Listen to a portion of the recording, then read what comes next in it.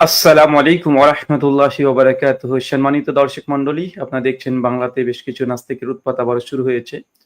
যদিও নাস্তিকদের মধ্যে কোনো সততা নেই, আপনারা ইতিপূর্বে দেখেছেন আমাদের সঙ্গে নাস্তিকদের যখন বিতর্ক হয়েছিল, আমাদের আয়েশা রাদিয়াল্লাহু তাআলা আনহার বিবাহের বয়সকে কেন্দ্র করে সেই সময় নাস্তিকরা সমস্ত আমাদের দলিলের জবাব দিতে না পেরে শেষ পর্যন্ত আলোচনার শেষ মুহূর্তে তখন বলেছিলেন যে, "আমাদের এখানে বিতর্কে বা আলোচনাতে আসার উদ্দেশ্য এটা নয় যে আমরা আমাদের দাবিকে সত্য প্রমাণ করলাম, না আমরা ভুল প্রমাণ হলাম। এটা আমাদের গুরুত্ব রাখে না। বরং আমাদের আলোচনার মূল উদ্দেশ্য হচ্ছে এটা যে আমাদের যেই মেসেজ আমরা মানুষের কাছে প্রচার করলাম, ভ্রান্তি ছড়ালাম, তাতে আমরা অ্যা তাতে নোংরা কাদা মাখতে আমরা রাজি আছি। নোংরামি করতে রাজি আছি। চিটিংবাজি, চিটারি, বাটপারি করতেও রাজি আছি।" পরিষ্কার সে দাবি করেছিল। তো তার মধ্যে বোঝা যাচ্ছে যে নাস্তিকদের মধ্যে কোনো সততা নেই। তো যাই হোক, ইদানিং দেখছি বাংলাদেশে কিছু নাস্তিককে আবার মাথা গজিয়ে ওঠার প্রচেষ্টায় তারা চলছে এবং তার নাম ধরে অনেকেইকে ডিবেটের আহ্বান করেছেন। বিশেষ করে আহমাদুল্লাহ, হাফেজাহুল্লাহ, আবু তোহা আদনান, মিজানুর রহমান আজহারী এদেরকে। আসলে নাস্তিকদের এটা ছ্যাচরামি। নাস্তিকদের ছ্যাচরামি এজন্যই, আসলে ৩ জনের নাম যাদের কথা উল্লেখ করেছে তারা অবশ্যই বড় মাপের আলেম। আলহামদুলিল্লাহ, কোনো সমস্যা নেই। কিন্তু তার অর্থ এই নয় যে আলেম হয়েছে বিধায়ী নাস্তিকদের যে উত্থাপিত যে অভিযোগ, এগুলো নিয়ে কালচার করে, এগুলো নিয়ে তারা রিসার্চ করে। কারণ ইসলামের অনেকগুলো ফ্যাকাল্টি আছে। দেখা যাচ্ছে অনেক কিছু আলেম হয়েছে। সে ফিকহ শাস্ত্রের উপরে পণ্ডিত্য অর্জন করেছে, উলমুল হাদিস তথা রিজাল শাস্ত্রের উপরে তার কোনো জ্ঞান নেই। এরকম অনেক আছে। কেউ তাফসীরের উপরে গবেষণা করেছে, কেউ ইসলামী হিস্ট্রির উপরে গবেষণা করেছে, কেউ বিভিন্ন রাবীদের জীবনী নিয়ে তার গবেষণা করেছে। এরকম অনেক আছে। তো ইসলামী ফ্যাকাল্টি অনেকগুলো আছে। তো আসলে সে আলেম হয়েছে বলেই এই ৩ জনের নাম উল্লেখ করে এই নাস্তিক বশির না কে আছে উনি চ্যালেঞ্জ ছুড়ে দিলেন যে তার কাছে বসতে হবে। কেন ভাই? আপনি সংশয়ে পড়েছেন? যারা নাস্তিকতা নিয়ে কাজ করছে দীর্ঘদিন ধরে তাদের সঙ্গে কথা বলেন, তাদের সঙ্গে আসেন।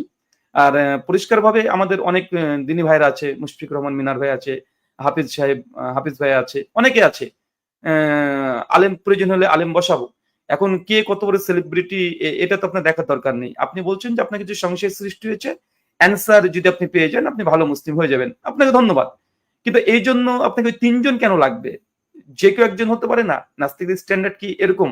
যে বড় মাপের হতে হবে? এর তো নাস্তিকদের কোন স্ট্যান্ডার্ড নয়, কোন সংশয়বাদীর স্ট্যান্ডার্ড নয়। কথা কে বলছে এটা গুরুত্বপূর্ণ নয়, বরং কার কথা বলা হচ্ছে এটা হচ্ছে গুরুত্বপূর্ণ। রাস্তার কখনো ফকিরও এমন কিছু সমস্যার সমাধান দিয়ে দিতে পারে যেটা এমবিবিএস ডক্টরও পারে না। এরকম নীতিবাক্য তো অনেক আপনার জানা আছে। তাই ৩ জনকে চ্যালেঞ্জ করা অর্থাৎ হচ্ছে এইটা, তিনি সেলিব্রিটি হতে যাচ্ছেন এবং তার সৎ কোনো ইচ্ছে নেই যে তিনি প্রশ্নের অ্যান্সার পাবেন। প্রশ্নের অ্যান্সার আসলে নাস্তিকতা নিয়ে যে যারা গবেষণা করছে, যারা নাস্তিকদের অভিযোগ নিয়ে, উত্থাপিত অভিযোগ নিয়ে তারা লিখিত বই আকারে দিচ্ছেন, ভিডিও আকারে করছেন, বিভিন্ন স্ট্রিম করছে, তাদের কাছে আসতে হবে। তাই আপনি যদি সত্য অনুসন্ধান করতে চান, আপনার যদি সংশয় দূর করতে চান, ওই ৩ জনের মধ্যে আপনি সীমাবদ্ধ কেন হতে চাচ্ছেন? যদি সত্যি হয় তাহলে যারা এই ফিল্ডে কাজ করছে, ময়দানে কাজ করছে তাদের কাছে। এমন কেউ দেখা যাচ্ছে যে ইসলামিক ফিকহ শাস্ত্র নিয়ে পড়াশোনা করেছে। তাকে যদি একটা হাদিসের তাহকিক যদি আমরা জিজ্ঞাসা করি বা একটা রাবীর জীবনী সম্পর্কে জিজ্ঞাসা করি, স্বাভাবিক সে বলতে পারবে না। হ্যাঁ, দুটো দুই সেক্টর। তাই এটা নাস্তিকদের, বিশেষ করে তিনি যেভাবে বলতে চেয়েছেন এটা সম্পূর্ণ বেইনসাফি এবং সত্য গ্রহণের কোনো ইচ্ছা বা সদিচ্ছা কিছু নেই। যদি হয় তাহলে যারা এই বিষয়ে আলোচনা করছে তাদের সঙ্গে আসুন, কথা বলুন। আমরা কথা বলতে সর্বদা প্রস্তুত আছি এ বিষয়ে। চলুন, তার একটা অভিযোগ আজকে আমরা খণ্ডন করব ধারাবাহিক পর্যায়ে। আর আমরা বলব এই যে নাস্তিক যারা আছেন, আপনাদের অভিযোগগুলো ছোট আকারে ২-১ মিনিটের মধ্যে প্রশ্ন আকারে আপনারা থ্রো করেন। প্রশ্ন আকারে। দেখা যাচ্ছে আপনি ২ ঘন্টা ৩ ঘন্টা ধরে আলোচনা করছেন। আ এ এ অনেকগুলো মাথা চলে আসছে। ওইভাবে নয়। একটা ভিডিও করেন ৫ মিনিট, যেখানে ১০ টা প্রশ্ন করবেন। যে ডিরেক্ট এই হাদিস থেকে আমি এটা বুঝেছি, আমার এটা ভুল মনে হচ্ছে। এটা বা এটা নৈতিকতার বিরুদ্ধে যাচ্ছে। এইভাবে জাস্ট প্রশ্নগুলো ছুড়ে দেন। ইনশাআল্লাহ আমরা জবাব আপনাদেরকে কোরআন সুন্নাহর আলোকে এবং যুক্তি, তথ্য, লজিক যা আছে সমস্ত কিছু দিয়ে আপনাদেরকে বোঝাতে ইনশাআল্লাহ কোরআনুল কারীম এবং হাদিসে মুবারাকা থেকে আমরা বোঝাবো। চলেন আজকে একটা আমরা হাদিসের সংশয় দেখি। তিনি কিয়ামত নিয়ে সংশয় প্রকাশ করেছেন এবং ছোট্ট ভিডিও করেছেন। ধন্যবাদ। ছোট্ট ভিডিও করার জন্য আমরা চাইবো এই ধরনের ভিডিও করেন। চলেন আমরা একটা শুনে আসি। অ্যা ১ সেকেন্ড। আমাকে একটু সার্চ করতে হবে তার সাইটটাকে। আসলে ফলো করা নেই আমার। আ ১ সেকেন্ড, প্রিয় দর্শক মন্ডলী যারা দেখছেন। আচ্ছা, আমি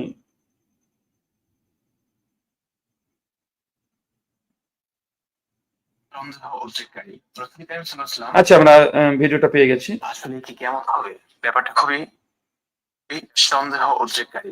রাসূল কারীম সাল্লাল্লাহু আলাইহি ওয়াসাল্লাম কিয়ামত সম্পর্কে যতগুলো ভবিষ্যৎবাণী করেছেন সেসব ভবিষ্যৎবাণী রাসূলের যুগেই ভুল প্রমাণিত হয়েছে। যেমন সহিহ মুসলিমের ৭১৪০ নম্বর হাদিসে রাসূল কারীম সাল্লাল্লাহু আলাইহি ওয়াসাল্লাম বলেছেন, আমি এবং কিয়ামত এভাবে প্রেরিত হয়েছে।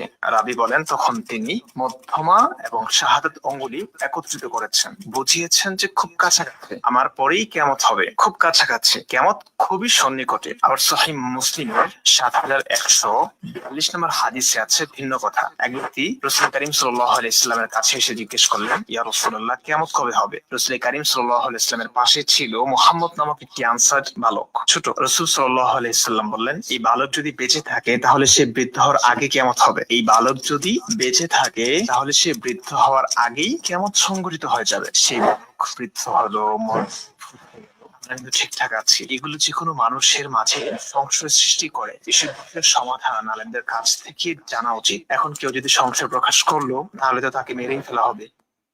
আচ্ছা, এটা যে তার প্রথম ফার্স্ট আর্গুমেন্ট, এটা আর্গুমেন্ট তিনি পেশ করেছিলেন। আপনারা শুনেছেন আল্লাহ রাসূলের হাদিস সম্পর্কে তিনি অভিযোগ তুলেছেন কিয়ামত কখন হবে। তিনি দুটো হাদিস বলেছেন যে আল্লাহর নবীকে সহিহ মুসলিমের একটা হাদিস তিনি বললেন যে কিয়ামত আর আমি এরকম পাশাপাশি আছি, মানে কিয়ামত খুব সন্নিকটে। আর দ্বিতীয় সহিহ মুসলিমের একটা হাদিসে যেটা আপনারা বুঝতে পেরেছেন যে একজন সাহাবী জিজ্ঞাসা করলেন মোহাম্মদ নামক একজন সাহাবী, যে ইয়া রাসূলুল্লাহ কিয়ামত কখন হবে? তখন তিনি জবাব দিয়ে বললেন, এই বৃদ্ধ যতদিন বেঁচে আছে ততক্ষণ পর্যন্ত মানে ঠিকঠাক থাকবে, এ মারা গেলে কিয়ামত সংঘটিত হবে। অতএব এখান থেকে বুঝলাম যে বালক তো মারা গেছে, বৃদ্ধ হয়েছে, সবকিছু হয়েছে, কিন্তু কিয়ামত হয়নি। অতএব এটা সংশয়পূর্ণ। জি না, সংশয়পূর্ণ না। এটা নাস্তিকদের হচ্ছে তদন্ত বা গবেষণা বা তাহকিক এগুলো খুব দুর্বল, এবং তার সত্য জানা বোঝার পরেও তারা এগুলোকে প্রকাশ করে না। চলেন সংক্ষিপ্ত এই হাদিসটা পেশ করবো, উনি যে হাদিসটা পেশ করেছেন। চলেন প্রথমে আমি আপনাকে দেখাই ওই সেম একই হাদিস।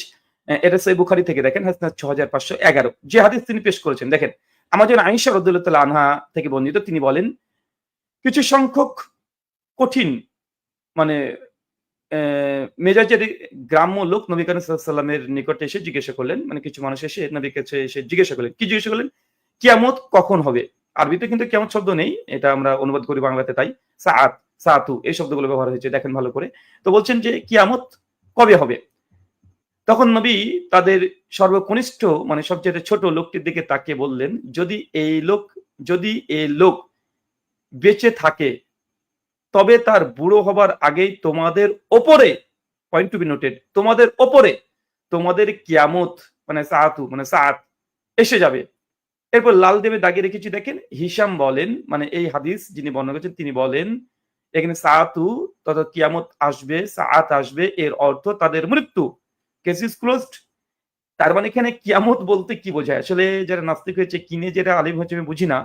এখানে আরবি যে সাআতু শব্দ আছে, আরবিতে কিয়ামত শব্দ নেই। সাআতু, সাআত দিয়ে কি উদ্দেশ্য? এখানে দুটো উদ্দেশ্য হয়। একটা হচ্ছে বড় কিয়ামত, যেটা ডিস্ট্রয়, গোটা সৃষ্টি জগৎকে ধ্বংস করে দিবে। সূরা রহমান ২৬-২৭ নম্বর আয়াত, কুল্লু মান আলাইহা ফান ওয়াবকা ওয়াজহু রাব্বিকা যুল জালালি ওয়াল ইকরাম, সমস্ত কিছু একদিন ডিস্ট্রয় ধ্বংস করে দিবে। এটা হচ্ছে বড় কিয়ামত। আর প্রত্যেক মানুষের একটা করে কিয়ামত হয়, কিয়ামত মানে তার মৃত্যু। তো এখানে সাআতু দিয়ে এখানে মানুষের মৃত্যুর কথা বলা হয়েছে। তো আল্লাহর নবীর কাছে যখন এসে বলছে যে রাসূলুল্লাহ কিয়ামত কখন হবে, আসলেই সাহাবী প্রশ্ন করেছে বড় কিয়ামত প্রসঙ্গে, যে কিয়ামত কখন হবে। তখন আল্লাহ নবী ওই বাচ্চা ছেলেটাকে দেখে বললেন, এর মৃত্যু আসা পর্যন্ত তোমাদের উপরে তোমাদের কিয়ামত চলে আসবে। আল্লাহ নবী বড় কিয়ামতের অ্যান্সার দিলেন না, বরং ছোট কিয়ামতের অ্যান্সার দিলেন। এমন প্রশ্ন আসতে পারে যে তিনি কেন দিলেন না। এবং এখানে হাদিস যিনি বর্ণনা করছেন তার চাইতে কি আমরা বেশি হাদিস বুঝবো? না।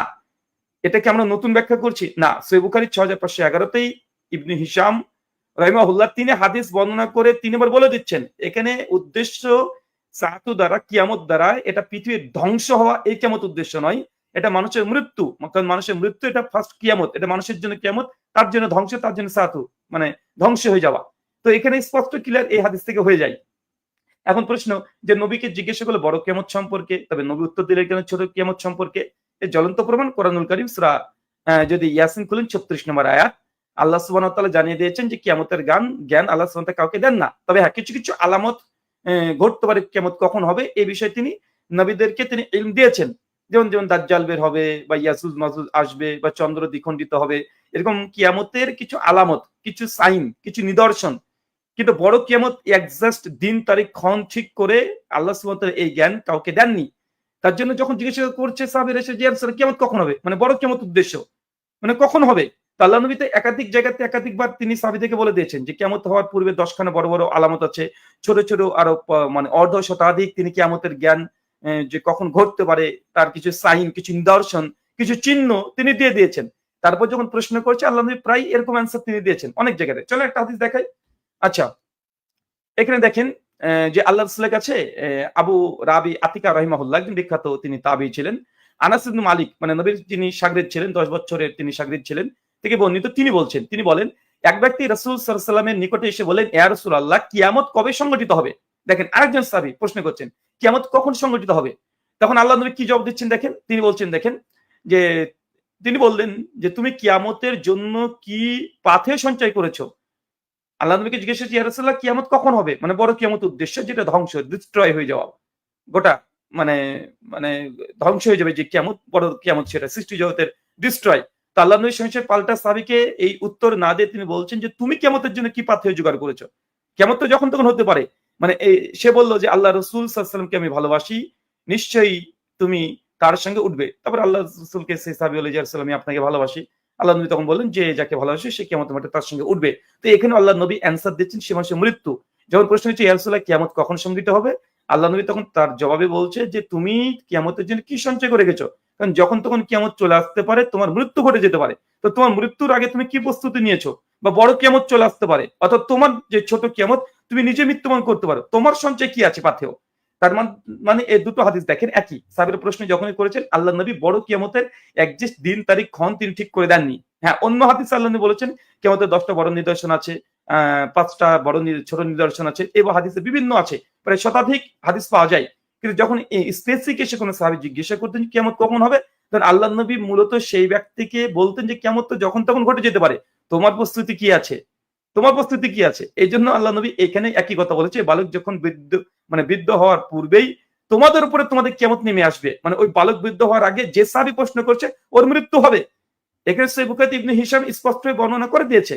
তারপরে নাস্তিকরা যদি বলেন আমরা সংশয়ে পড়ে গেছি, এটা সংশয় নয়, এটা ধোঁকাবাজি। কেননা এই অংশটুকু সহিহ বুখারীর মধ্যে মজুদ আছে, তিনি সহিহ মুসলিমের বর্ণনা পেশ করেছে, সহিহ বুখারীটা পেশ করেনি। আরে হাদিসের মধ্যে বিভিন্ন তুরুক থাকে, হাদিসের মধ্যে যে রিওয়ায়াত করছে সেই রিওয়ায়াতকারী হাদিসের ব্যাখ্যা বিশ্লেষণ করে দেয়। কেন এই শব্দের অর্থ মানে এই যে সাআতু শব্দের অর্থ কে ভালো বলতে পারবে? আজকের দিনে আমি ভালো বলতে পারবো না? 1400 বছর আগে যারা হাদিসটা নবীর কাছ থেকে শুনেছেন এবং সাহাবীরা তাবেঈরা যারা হাদিসগুলো বুঝেছেন, যারা হাদিসটা আমাদের পর্যন্ত পৌঁছে দিয়েছেন তারা বেশি ভালো বুঝতে পারবে।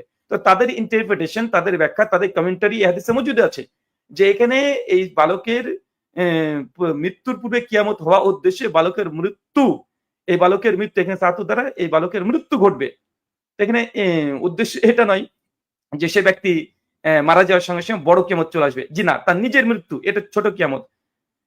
সাআতুল সুগরা বলা হয়। এটা যারা আকীদার বই পড়েছেন তারা সকলে জানেন, যারা কিতাবুল ফিতান পড়েছেন তারা খুব ভালোভাবে জানেন। এগুলো নিয়ে মানে বড় কিছু আপনাকে করতে হবে, মানে আর্গুমেন্ট খাড়া করতে এমনটা নয়। আমি জাস্ট দুটো হাদিস আপনার সামনে পেশ করলাম।